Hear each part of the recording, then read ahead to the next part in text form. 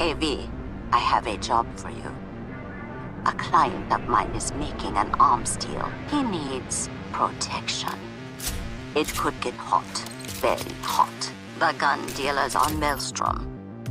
Alas, nothing ever transpires as planned with them. You better gear up for this.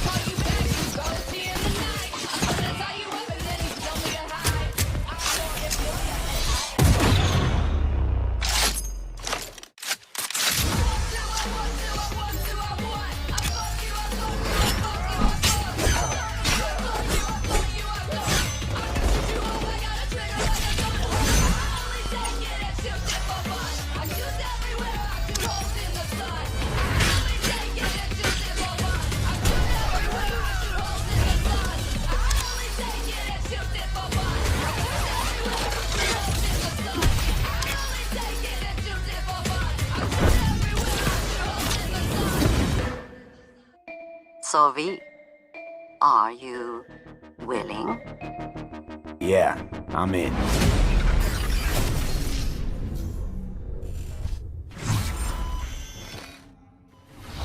Pavel, thank you so much for joining me. Now, there was an awful lot in that video, right? Because it's more than just guns.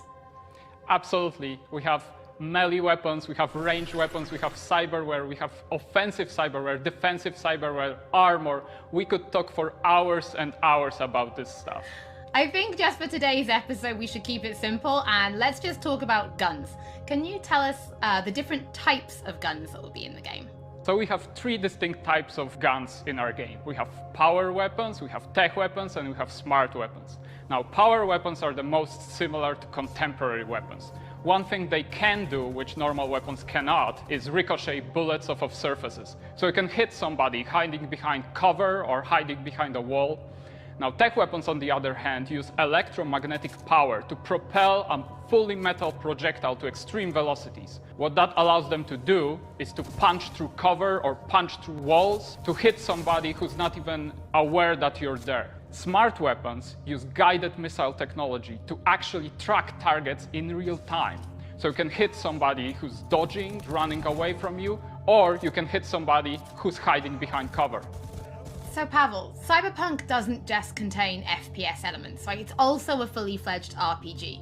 So can you tell us how you guys approached introducing those RPG elements into gunplay? So I can tell you one thing, Holly, it wasn't easy to merge those two elements together.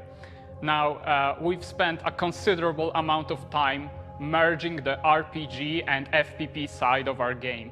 What the player will experience is that V changes from a small-time mercenary to a legend in the world of Night City. V becomes more and more proficient in using weapons as the game progresses. So they will see that reload times become shorter, the accuracy of your weapons grows, you will have faster aiming time, you will move faster with your weapons. Everything becomes more in your control, and that gives you more opportunities to defeat the biggest encounters that we've designed for you. So I have prepared a few extra questions for you, Pavel, if you're feeling up to it. Of course. Okay, well the first is going to be, how do you find more weapons in Night City? Like, where will players be looking for them? So I expect the players to look everywhere for new and exciting weapons.